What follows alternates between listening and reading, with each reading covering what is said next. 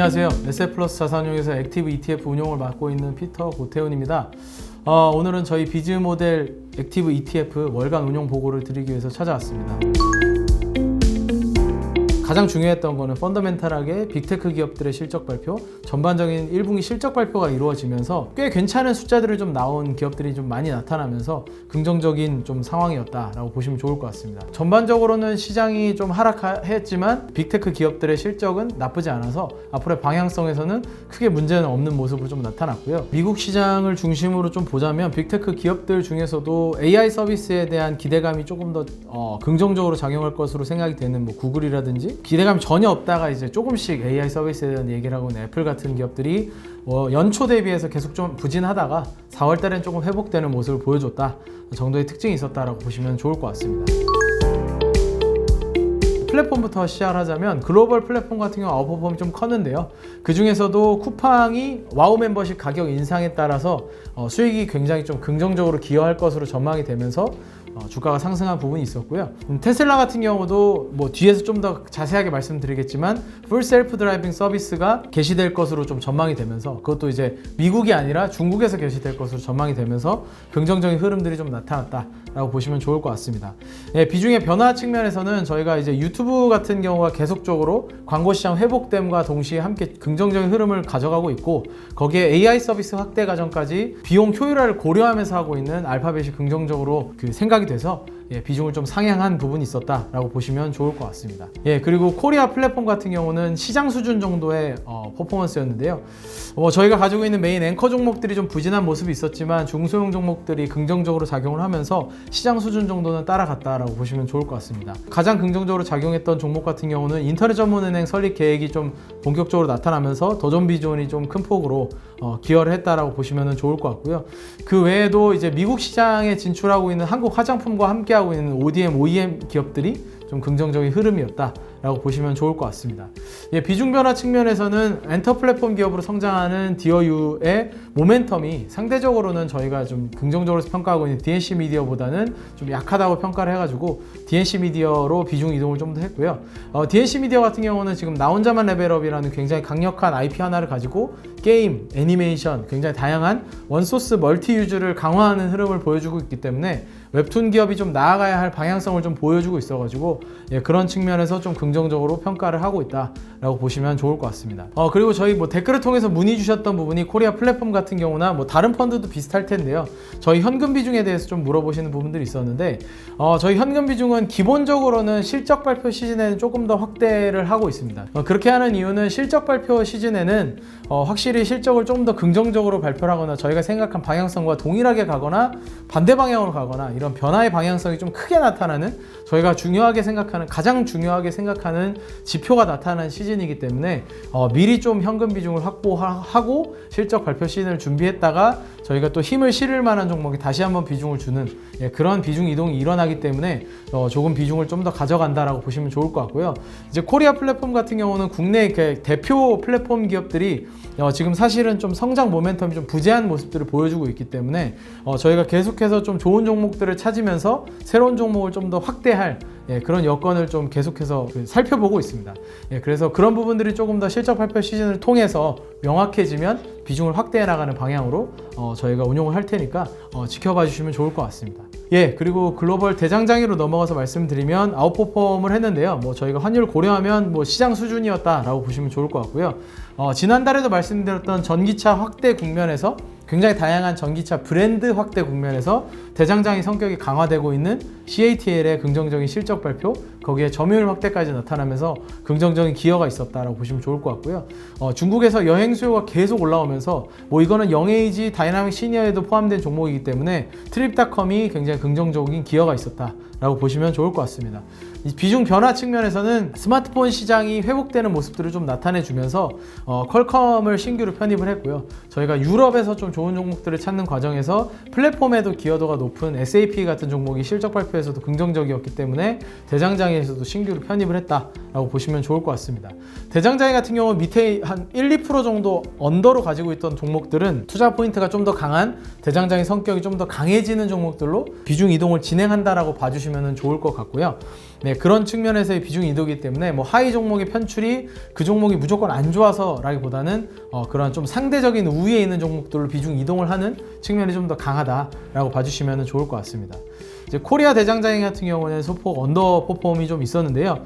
뭐 상관계수 문제를 해소하고 난 이후에 비중 이동을 진행했던 중소형 종목들은 굉장히 긍정적으로 작용을 했습니다.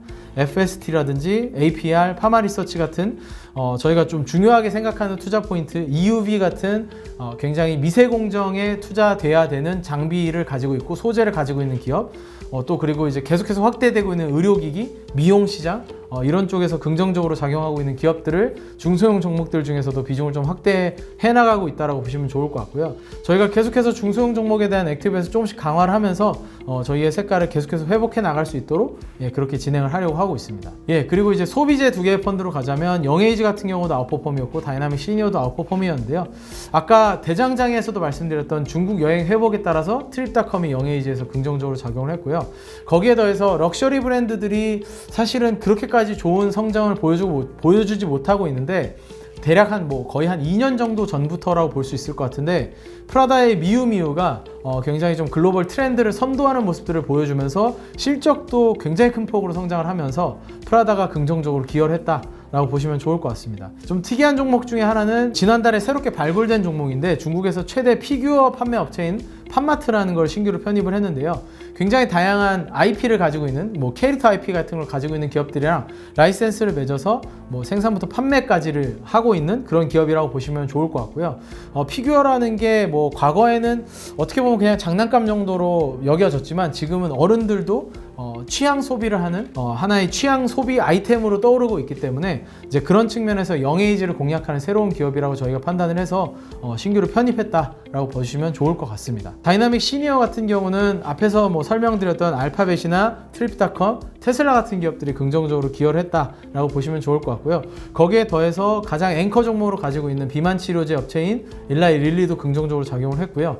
그리고 자산관리 영역에 대해서도 저희가 계속해서 다이나믹 시니어는 투자 포인트를 좀 많이 가져가고 있는데 찰스왑 같은 경우도 컨센서스를 좀 상회하는 실적을 발표를 하면서 거기에 또 찰스왑은 가장 중요한 것 중에 하나는 고객 자산을 많이 늘려나가는 부분들이 가장 중요합니다. 저희는 아무래도 WM 관점, 그러니까 웰스 매니지먼트, 자산 관리 관점에서 이쪽을 바라보고 있기 때문에 자산이 조금 더 늘어나고 있는지를 살펴보는데 그 수치가 긍정적으로 작용을 하면서 좀 저희 긍정적인 기여가 있었다라고 보시면 좋을 것 같습니다.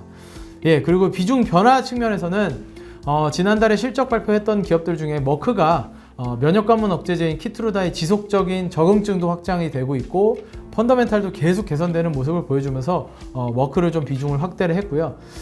그 반면에 이제 반대편에서 외과 수술이 계속적으로 증가를 하면서 손해율이 좀 안 좋아지고 있는 유나이티드 헬스케어 같은 경우는 저희가 편출을 해서 조금 더 의료기기라든지 제약업체라든지 지금 구간에서 성장할 수 있는 기업들로 비중 이동을 했다라고 보시면 좋을 것 같습니다. 일단 저희가 가장 중요하게 말씀드릴 포인트는 테슬라의 실적 발표에서 나타났던 특징이었습니다. 테슬라의 실적 발표에서 나타났던 특징 두 가지를 좀 크게 보자면요.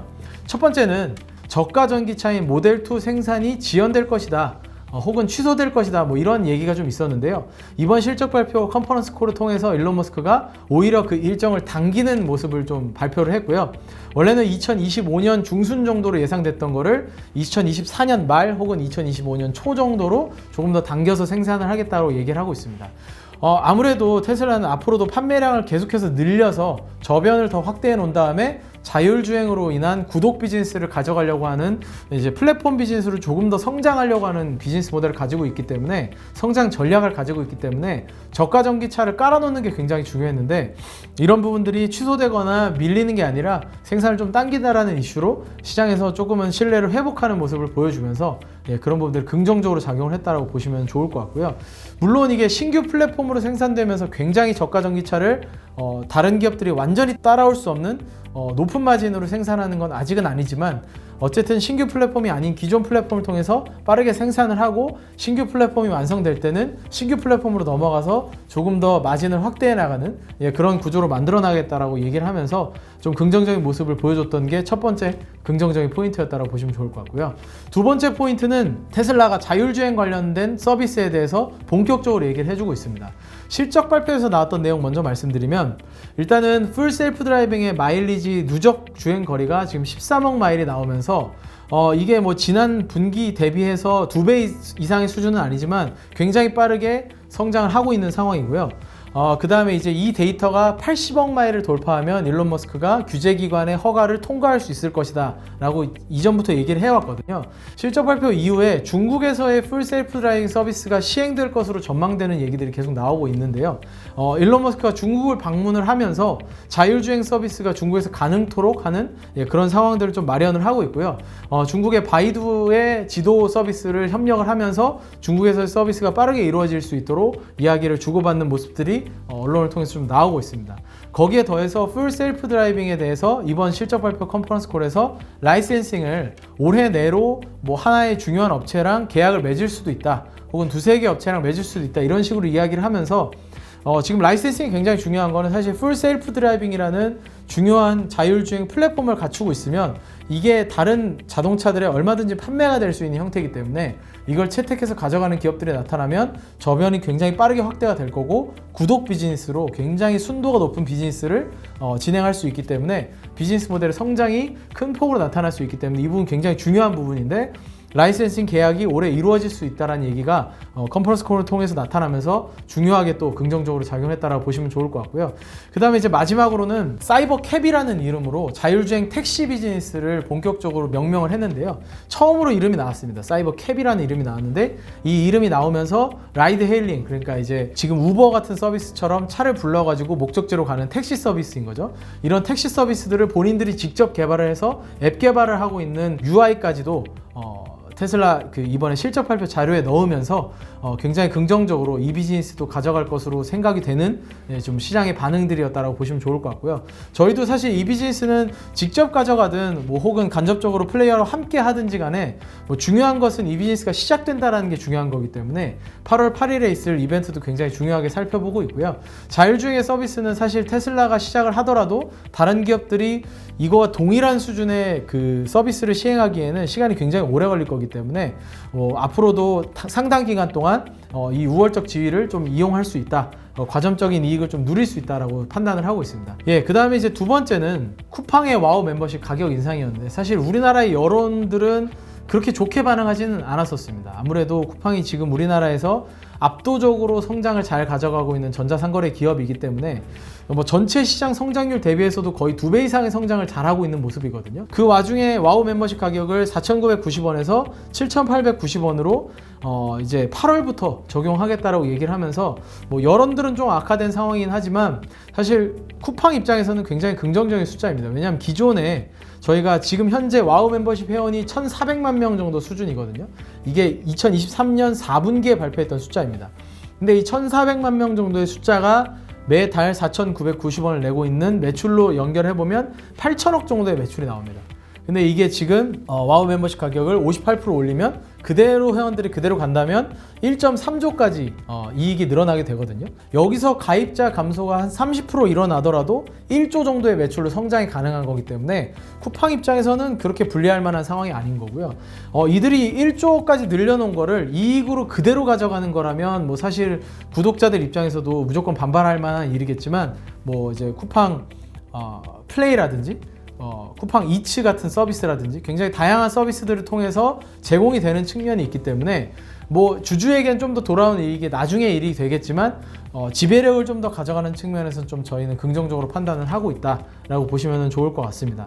뭐 물론 이거는 8월부터 본격적으로 시행됐을 때 얼마나 많은 이탈이 일어날지, 쿠팡에 대한 반대 여론이 생길지는 좀 더 지켜봐야겠지만, 저희는 이제 주주 관점에서는 주주에게 돌아올 수 있는 이익이 커질 수 있기 때문에 긍정적으로 보지만, 개인 입장에서는 뭐 내야 되는 돈들이 좀 계속 늘어나는 거고 구독료가 계속 올라가는, 뭐 넷플릭스, 유튜브, 지금 뭐 쿠팡까지 모든 구독료가 다들 올라가고 있기 때문에 이런 부분들이 그래도 살아남을 수 있는 서비스인지 아닌지 탈락할 만한 서비스인지 아닌지를 저희가 한번 판단해 볼 수 있는 중요한 분기점이기 때문에 이번 쿠팡의 와우 멤버십 가격 인상은 각자의 관점에서 한번 판단해 보시면 좀 더 좋을 것 같습니다. 실적 발표의 내용들이 굉장히 많았기 때문에 전달드릴 내용들이 좀 더 많기는 하지만 이 부분들의 내용들은 저희가 계속해서 뭐 영상으로 풀든 아니면 월간 운용 보고를 통해서 풀든 여러분들이랑 소통을 하면서 저희가 왜 이런 생각을 하고 있는지, 왜 이런 투자 판단을 하는지 좀 계속해서 말씀드릴 수 있도록 하겠습니다. 저희가 이렇게 소통하는 거는 사실 펀드라는 게 비중 그냥 바뀌는 것만 보고 있으면